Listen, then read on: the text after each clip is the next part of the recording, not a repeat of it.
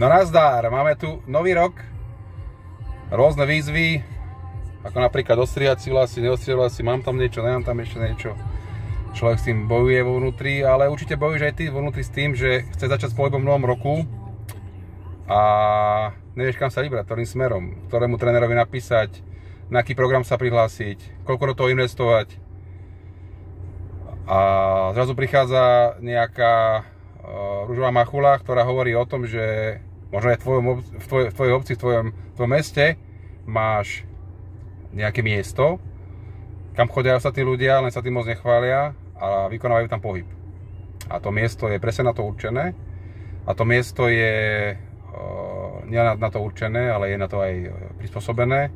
Že aké máš nejakých väčších po zime, alebo po vyjedaní chladničky 100 a viac kýl, to miesto ťa udrží a znesie. To je dosť podstatné, aby sa nezradil na tom mieste.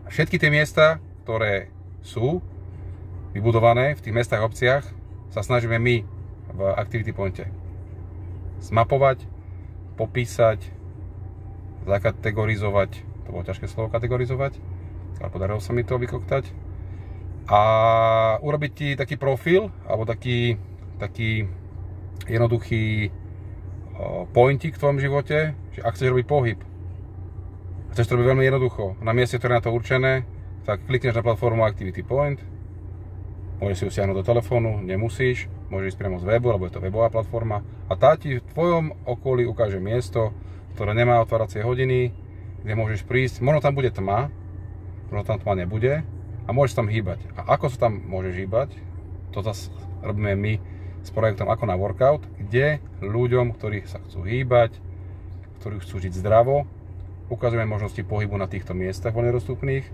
či už sú to drepy, kliky, iné bizarné veci, ktoré na týchto miestach môžeš robiť a ktoré ti do života prinesú to, že zistíš, že ten pohyb je podstatný, potrebný, není možno ho ničím nahradiť a musíš ho robiť. Hej.